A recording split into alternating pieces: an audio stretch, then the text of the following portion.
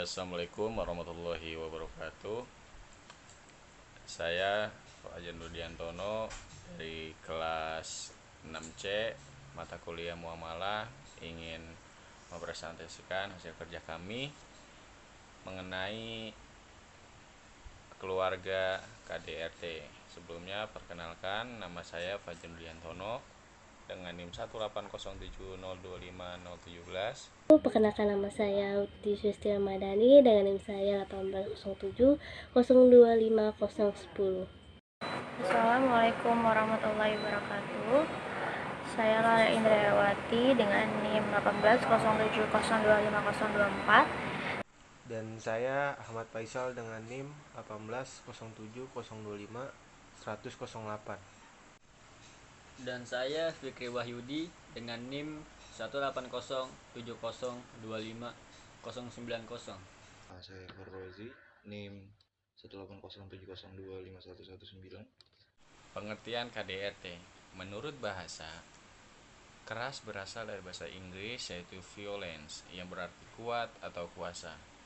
Mendapat imbuhan kekerasan berarti tidak lunak, tidak lembut, tidak halus. Menurut istilah, kekerasan berarti sebuah ekspresi baik yang dilakukan secara fisik ataupun verbal yang mencerminkan pada tindakan agresif dan penyerangan pada kebebasan atau martabat seseorang yang dapat dilakukan oleh perorangan atau sekelompok orang. Kekerasan adalah segala bentuk perbuatan yang menimbulkan luka, baik secara fisik maupun psikologis. Kekerasan merupakan suatu tindakan yang dilakukan oleh seseorang atau sejumlah orang kepada seseorang atau sejumlah orang yang dengan sarana kekuatannya, baik secara fisik maupun non-fisik, dengan sengaja dilakukan untuk menimbulkan penderitaan kepada objek kekerasan. Lalu, kekerasan berbasis gender merupakan jenis kekerasan dilakukan oleh seseorang terhadap jenis kelamin yang berbeda, seperti laki-laki melakukan tindakan kekerasan terhadap perempuan atau sebaliknya. Namun biasanya, perempuan lebih banyak menjadi korban daripada menjadi pelaku. Faktor penyebab perempuan lebih dominan menjadi korban antara lain disebabkan terjadinya diskriminasi gender. KDRT adalah kekerasan yang dilakukan di dalam rumah tangga, baik oleh suami maupun istri. Akan tetapi, korban KDRT lebih dialami terutama perempuan. Menurut Anissa, KDRT adalah segala bentuk tindakan kekerasan yang terjadi atas dasar perbedaan jenis kelamin yang menyebabkan rasa sakit atau penderitaan terutama terhadap perempuan, termasuk ancaman, paksaan, pembatasan kebebasan baik yang terjadi dalam lingkup publik maupun domestik. Dari penjelasan di atas, bisa kita simpulkan bahwa KDRT adalah segala bentuk tindakan kekerasan yang terjadi terhadap lawan jenis. Biasanya perempuan lebih banyak menjadi korban daripada menjadi pelaku. KDRT mengakibatkan timbulnya penderitaan secara fisik, seksual, psikologis, atau penelantaran rumah tangga pada korban KDRT. KDRT dipandang sebagai fenomena sosial yang sulit untuk dihapuskan dan sulit terungkap, karena para korban untuk menutup rapat masalah keluarganya karena mereka merasa bahwa permasalahan keluarganya sangatlah intim dan ia merasa bahwa orang lain tidak bisa menghadapinya.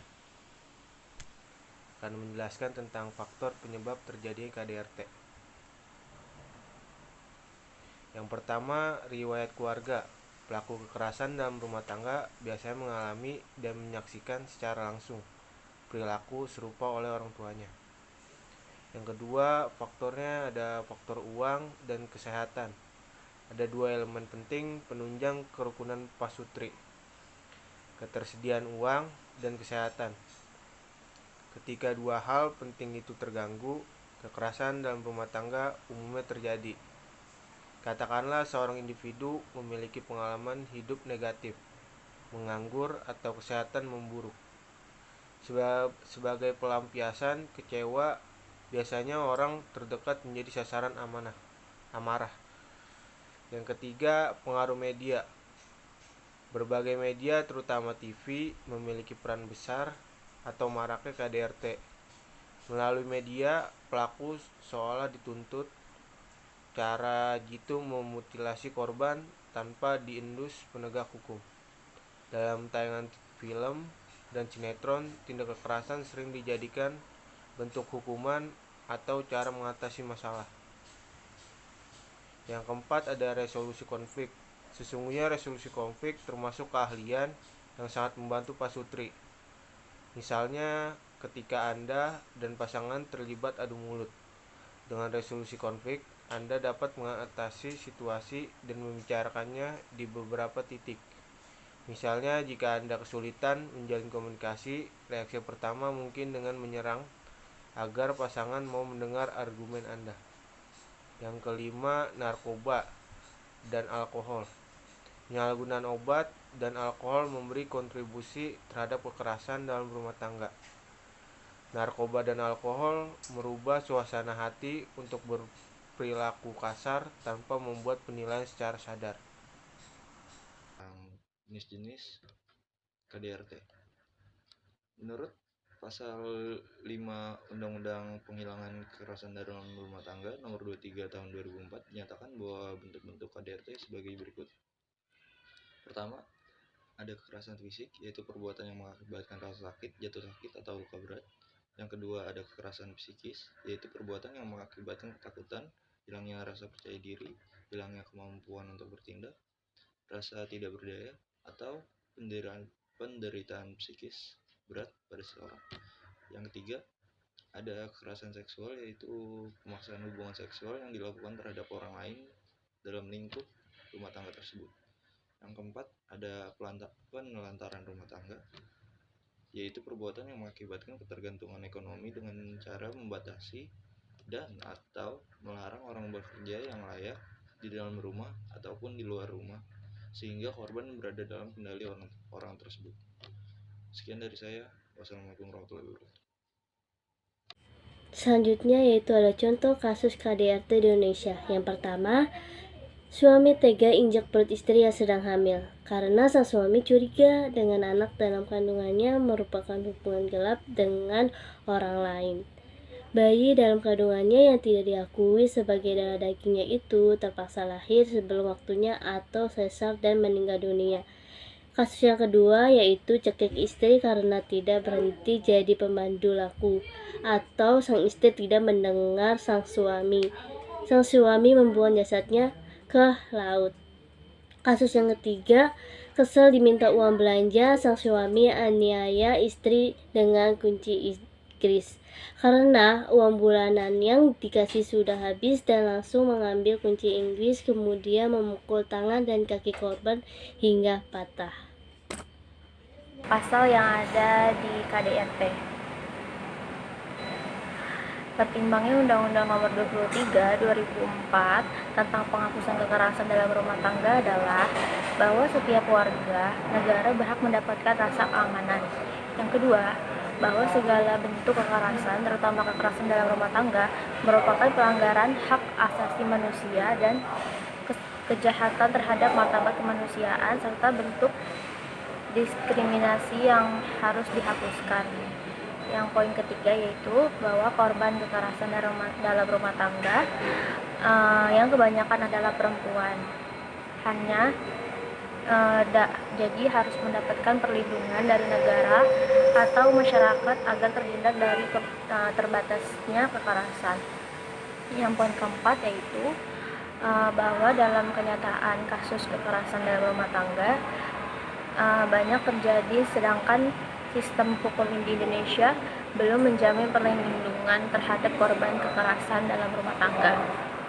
Selanjutnya yaitu dalam pasal 1 dalam undang-undang yang dimaksud dengan KDRT ini ialah yang pertama, kekerasan dalam rumah tangga adalah setiap perbuatan terhadap seseorang, terutama perempuan, yang berakibat timbulnya kekerasan atau penderitaan secara fisik, seksual, psikologis, dan atau penelantaran rumah tangga, termasuk ancaman untuk melakukan perbuatan, pemaksaan, atau perampasan kemerdekaan secara melawan hukum dalam lingkungan rumah tangga.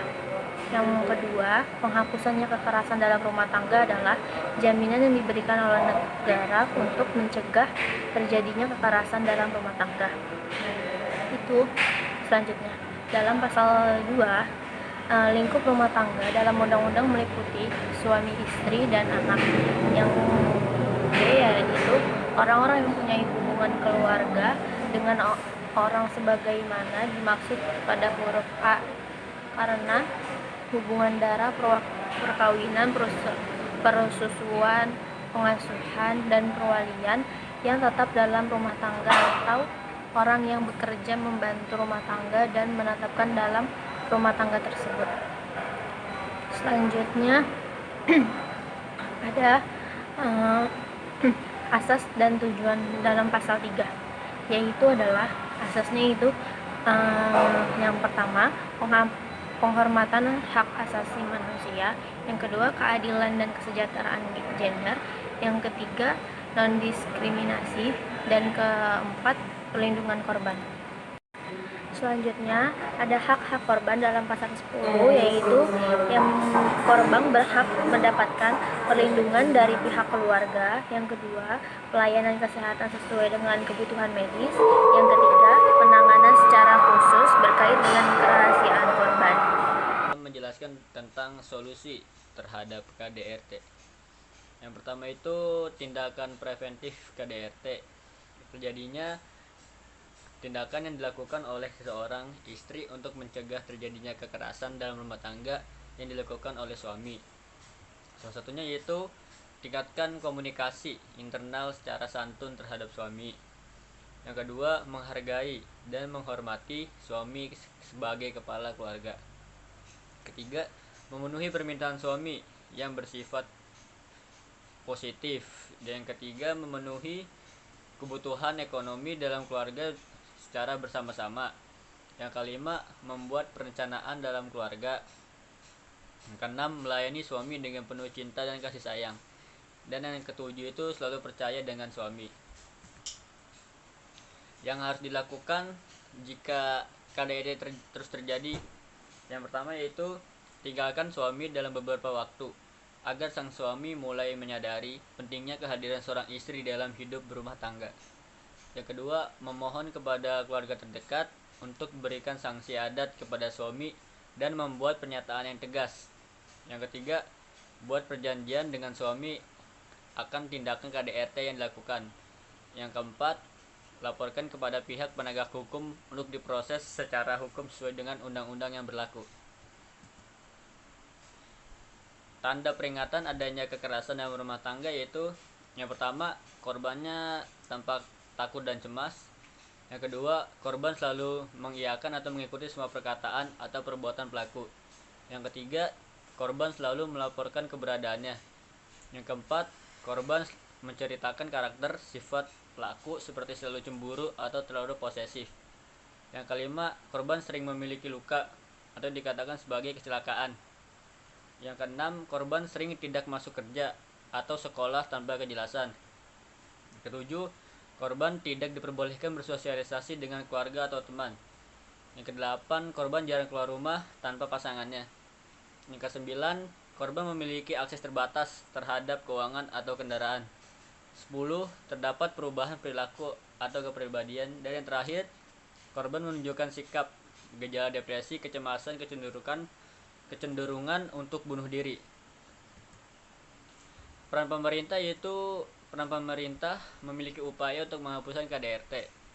Salah satunya dengan mengeluarkan undang-undang yang mencatatkan bahwa setiap orang dilarang melakukan kekerasan dalam rumah tangga terhadap orang lingkup rumah tangganya dengan cara kekerasan fisik, seksual, atau pelantaran rumah tangga. Masyarakat dapat membentuk forum diskusi lingkup kecil seperti dalam grup KPK atau dalam forum keagamaan dapat menjadi kontrol dalam pemberantasan kekerasan dalam rumah tangga. Dukungan masyarakat terhadap mental korban KDRT. Selain itu, masyarakat juga mengupayakan mediasi seperti dalam studi yang dilakukan Yang terakhir itu tokoh masyarakat juga dapat ikut berperan dalam penegakan dan penanganan KDRT. Seperti dalam sebuah studi kasus di Kelurahan Kebon Dalam, Pemalang. Tokoh masyarakat berperan dalam memberikan arahan bimbingan rohani dan jasmani, serta dapat pula menjadi penegak atau pihak ketiga dalam menyelesaikan masalah KDRT ini.